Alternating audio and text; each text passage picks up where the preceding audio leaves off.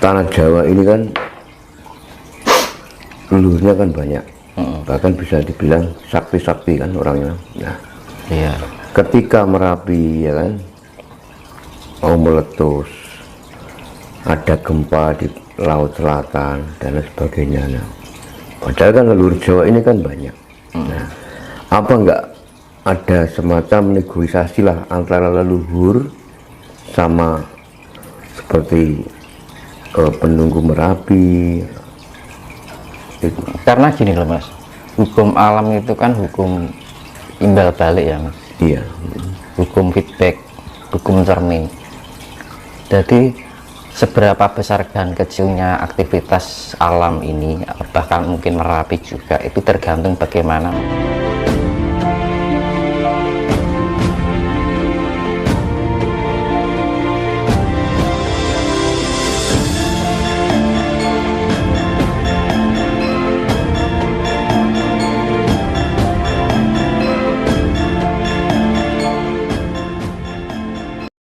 Dan makanya kan untuk belajar menatap lilin itu kan sebenarnya untuk meningkatkan frekuensi mata kita sebenarnya. Tapi jangan Tanpa terlalu harus dekat. belajar spiritual bisa. Itu kan nanti kalau ada yang orang ditatap gini aja langsung mental, itu ada ya. Jadi tatapannya itu terus bisa misalkan orang diginikan, dilihat aja luluh. Nah itu juga bisa belajar lewat lilin ini. Jadi ketajaman mata itu sangat luar biasa. Makanya mata itu sebagai titik informasi juga. Jadi kan nek ngobrol karo wong kan gak mungkin tuh nyawang sikile, mesti nyawang mripate to. Hewan pun juga kayak gitu. Jangan nyeluk kucing. Pus. Kucing pasti melihat mata jenengan. Gitu. Nah, itu sudah alam, bawaan alami dari alam itu sendiri. Naluri secara alam gitu. Jadi ketika kita komunikasi pasti orang itu memandang mata, pasti. Nah makanya kan kita bisa menguatkan mata kita itu melalui kita memandang bulan. Kalau pas bulan purnama itu kan, misalnya ada doa pandengku pandeng sih pandengku pandeng condro kirono, sampai berkali-kali pandengku pandeng sih pandengku pandeng condro kirono, pandengku pandeng sih pandengku pandeng condro kirono. Jadi setiap tatapan kita itu memberikan sifat kasih, menenteramkan gitu. Terus kalau lilin itu ketajaman, jadi ketajaman itu kita melatih ketajaman mata kita gitu. Terus matahari juga Mas, kekuatan ketika kita melatih mata, meningkatkan frekuensi mata kita ketika jam 12 malam siang hari, pertengahan siang itu lihat matahari ini itu enggak biar enggak suilo, tapi jangan lama-lama. Jadi merem sih gini kan, kalau merem kan kalau melihat matahari itu kan ini merah semua ya, kayak pink gitu loh di pelipis mata itu. Terus kalau sudah terasa enak gitu, nyaman dilihat gitu, matanya melek, itu melihat matahari nggak silau. Coba kalau nggak percaya, itu juga bisa menguatkan ketajaman mata kita, dan itu kita bisa menembus kegaiban secara mata fisik. Cuman yang itu nggak tak latih jadinya kan gitu lagi. Dulu aku sering latih kayak gitu kan, memang tubuh fisik seperti itu Mas, kalau nggak dilatih pudar. Tetapi kalau non fisik ya semakin berkembang. Jadi kayak wong fitness lah, wong fitness nek suwe larak di pelatih terus biasanya tambah merdeka. Lah bedanya fisik dan non fisik seperti itu melatihnya, karena ini kan bagian mata fisik, kalau nggak dilatih ya pudar, maksudnya nggak tajam seperti dulu. Kalau aku dulu main lilin tak pandengi gitu di kegelapan ya, cuman gini kadang sampai berebes ya. Terus kadang bulan, kalau bulan masih ya, bulan itu sifatnya memberikan pancaran kasih sayang. Jadi ketika orang melihat itu ada unsur simpatik, ada daya magnetika tersendiri gitu loh, menarik gitu loh. Orang bosenian gitu. Terus itu juga bisa buat melawan jenis. Wong wedok diingetin jadi seneng. Mas, ini kita kembali ke Merapi tadi Mas. Tanah Jawa ini kan leluhurnya kan banyak, bahkan bisa dibilang sakti-sakti kan orangnya. Nah, Iya. ketika Merapi ya kan mau meletus, ada gempa di Laut Selatan dan lain sebagainya. Nah, padahal kan leluhur Jawa ini kan banyak. Nah, apa enggak ada semacam negosiasi lah antara leluhur sama seperti penunggu Merapi itu. Karena gini loh Mas, hukum alam itu kan hukum imbal balik ya Mas. Iya. Hukum feedback, hukum cermin. Jadi seberapa besar dan kecilnya aktivitas alam ini, bahkan mungkin Merapi juga, itu tergantung bagaimana manusianya sendiri juga yang tinggal di permukaan bumi ini. Gitu. Dan selama manusianya itu masih melakukan aktivitas yang mungkin merugikan untuk alam itu sendiri, ya alam akan melakukan sebanding dengan apa yang dilakukan oleh manusia. Kan gitu Mas. Hukum imbal balik seperti itu. Jadi kalau saya itu sifatnya memaklumi, karena ketika kita berhadapan dengan alam, kita sifatnya memaklumi. Itu bagian dari penyelarasan kita terhadap alam. Karena yang diperlukan manusia, alam itu terhadap manusia itu perlunya adanya penyelarasan. Ya zaman sekarang kan antara alam dan manusia kan sudah nggak sinkron. Kan gitu. Lah kadang-kadang manusia itu merasa egois, berani melakukan tapi tidak mau menanggung resiko, seakan-akan pengen selamat dari apa yang dilakukan oleh alam itu atas apa yang dilakukan oleh ulah manusia itu sendiri. Alam kan begitu kan juga karena manusianya juga kan gitu kan. Kalau manusia dari sekian banyak manusia itu mau memperhatikan kondisi alam, mencintai alam, ada pendekatan dengan alam, mungkin bencana-bencana ini nggak akan terjadi gitu loh. Itu semua kan dampaknya dari manusia itu sendiri. Ya, terkait dengan bencana Mas, kalau kita amati ya, kalau kita ingat-ingat kejadian bencana itu paling banyak itu dan terbesar dan sering itu kan di tanah Jawa. Nah, konon tanah Jawa itu kan sudah ditumbali. Nah itu kenapa kalau tanah Jawa sudah ditumbali kok bencana kok justru malah paling banyak itu di tanah Jawa. Jawa ini kan pusatnya ring of fire sebenarnya kan, bagian dari jalur itu kan Mas.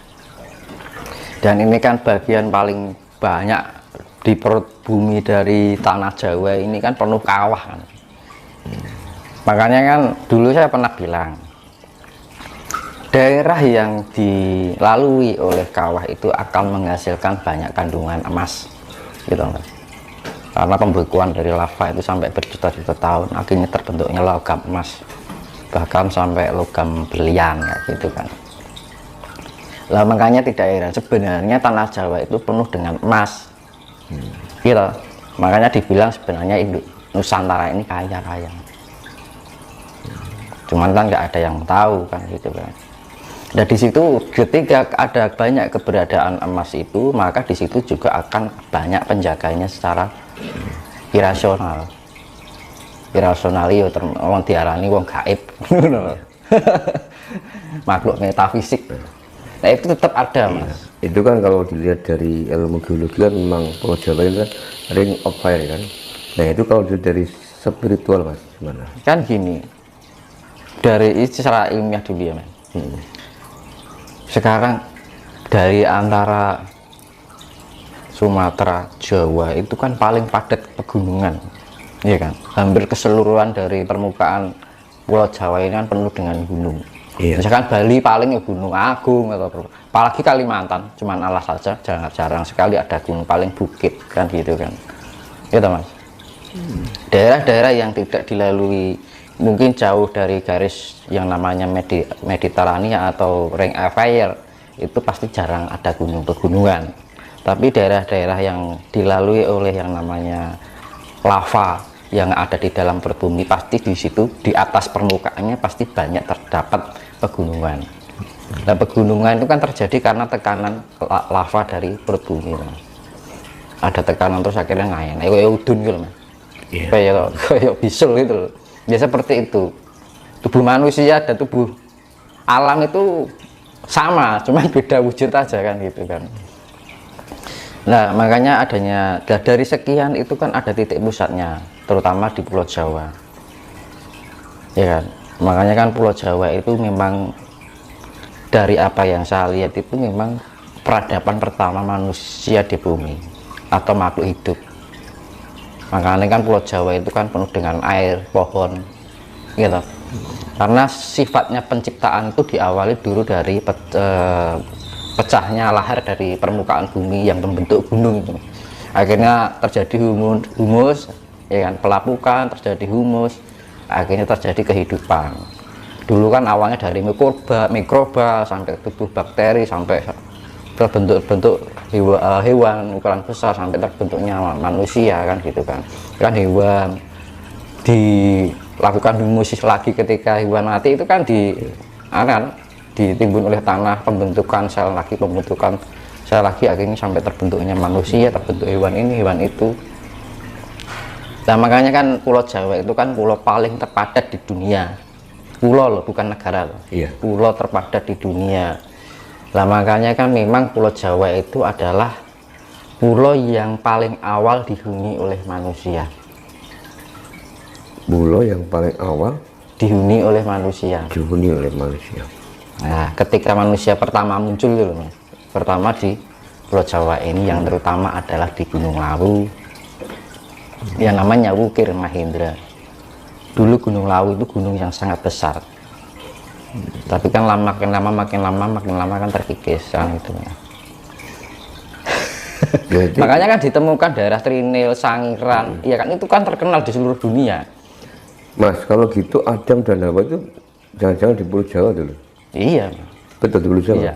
Tetapi di dunia ini ada 5 ras, Mas. Jadi ras Afrika, ras Asia, ras Eropa, kan gitu. Ras Cina. Makanya kan punya ras di sini, ras Amerika. Jadi dibilang sistem 5 benua kan sebenarnya itu. Adamnya dunia itu sebenarnya ada 5 daerah tempat. Asia pusatnya di Pulau Jawa, terus Afrika, terus Amerika yang di Dominika, terus yang di Eropa di Britania, Inggris. Kan makanya kan kulitnya beda-beda ya, sama aja tanaman loh Mas. Iki contohnya iki kacang ya, ini kacang ke Arab itu bentuknya kayak gini, iya kan? Kalau kacangnya orang Jawa kan gede-gede, iya kan? Yes, apa yang tercipta di mana daerah tempat itu akan mempengaruhi kehidupan di situ. Contohnya tumbuhan, hewan, ya kan? Misalkan kucing Jawa karo kucing Persia kan beda kan bentuknya, ya seperti itu. Jadi memang penciptaan dunia itu tidak terfokus pada satu titik. Misalkan ini tukul sudah diulang-ulang saat dunia, enggak. Nah, terkait dengan penciptaan manusia, Mas. Nah, manusia itu kan diciptakan ada yang beda warna kulit kan, beda ras, beda bahasa kan. Nah, apa tujuannya Tuhan menciptakan manusia ada yang beda warna kulit, beda dan sebagainya? Itu proses alam ya Mas. Bukannya aku misalnya Gusti lagi Mas, tak beratkan. Aku nggak menungso enggak. Tapi karena kejadian proses yang terbentuknya pertama planet-planet galaksi mau Mas, ya kan? Karena bumi ini terlengkapi yang namanya hasta berata, ya kan? Ada air, ada tanah, ada api, ada angin, gitu. Ada bintang, ada bulan, ada matahari, ada angkasa, ya Mas. Karena lah dengan adanya kelengkapan dari 5S yang namanya 8 unsur itu, maka terciptalah kehidupan. Ya kan Mas, dimana ketika planet itu, sebuah planet itu mempunyai kandungan air. Nah ketika kandungan air yang ada di dalam bumi ini terpancarkan oleh matahari, sinar matahari atau tata surya itu, dia akan menghasilkan mikroba yang sangat kecil. Awalnya seperti itu Mas, dari proses miliaran tahun sampai terbentuknya hewan reptil kan dulu kan, terus punah lagi, terbentuk hewan berkaki 4 atau dulu hewan makhluk setengah manusia setengah hewan, ada dulu kan. Terus sampai sempurna terciptanya manusia itu. Tapi awal itu yang namanya yang tercipta awal itu adalah tumbuhan. Makanya dibilang orang Jawa itu wit kan. Wit itu artinya wit-witan, wit-witan kan artinya wiwitan. Wiwitan itu artinya yang memulai pertama, mengawali, ya kan. Terus tuh mengarani itu pukulan ya toh. Pertama tumbuhnya, bahasa Indonesia ini tumbuhan pertama tumbuh di dunia ini kan, pertama tumbuhan dari pertama lumut gitu, terus terjadi pelapukan lagi, terbentuk kayak batang, berbentuknya sampai bercucuran, terbentuk pohon kayak gitu mas. Terus akhirnya terjadi misalkan pohon ini punah, membusuk, adanya pembusukan, terciptanya hewan-hewan, terus mati, pembusukan lagi, terjadi penciptaan lebih sempurna lagi, sampai terus mas. Itu proses alam, sampai terbentuknya kita ini manusia. Nah gitu. Jadi memang hewan dan manusia purba itu mbah-mbah kita sebenarnya. Nah, makanya kita menghargai hewan, tumbuhan, itu bagian dari leluhur kita sebenarnya. Karena sebelum ada manusia, ada hewan, sebelum ada hewan, ada tumbuhan. Itu nenek moyang kita. Jadi nggak mungkin iki Gusti Allah aku nyiptake lemah tak uduk-uduk dibentuk menungso tak sebulbu dadi menungso. Itu nggak masuk akal. Tidak bisa dinalar. Kan gitu loh. Nah, kadang-kadang kan orang hanya menerima ajaran atau pengetahuan dengan diterima dengan mentah, tapi tidak dianalisa secara ilmiah. Kita kan mempunyai otak untuk bisa berpikir lebih rasional, lebih bisa melogikakan segala sesuatu. Terbentuknya proses kehidupan itu dari awal pertama kehidupan sampai proses penyempurnaan pembentukan sampai terciptalah manusia ini.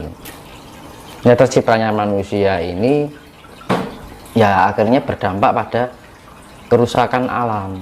Setiap penciptaan itu pasti semakin banyak terjadinya penciptaan alam ini akan mengakibatkan kerusakan bagi alam itu sendiri sebenarnya.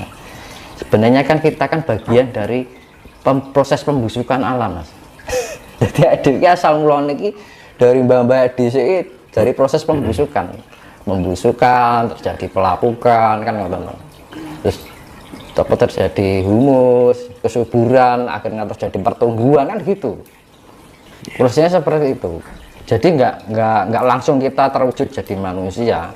Kita dulu bagian dari proses pembusukan tumbuhan sampai proses berjuta-juta tahun, miliaran tahun terbentuknya hewan, akhirnya terbentuknya manusia seperti itu.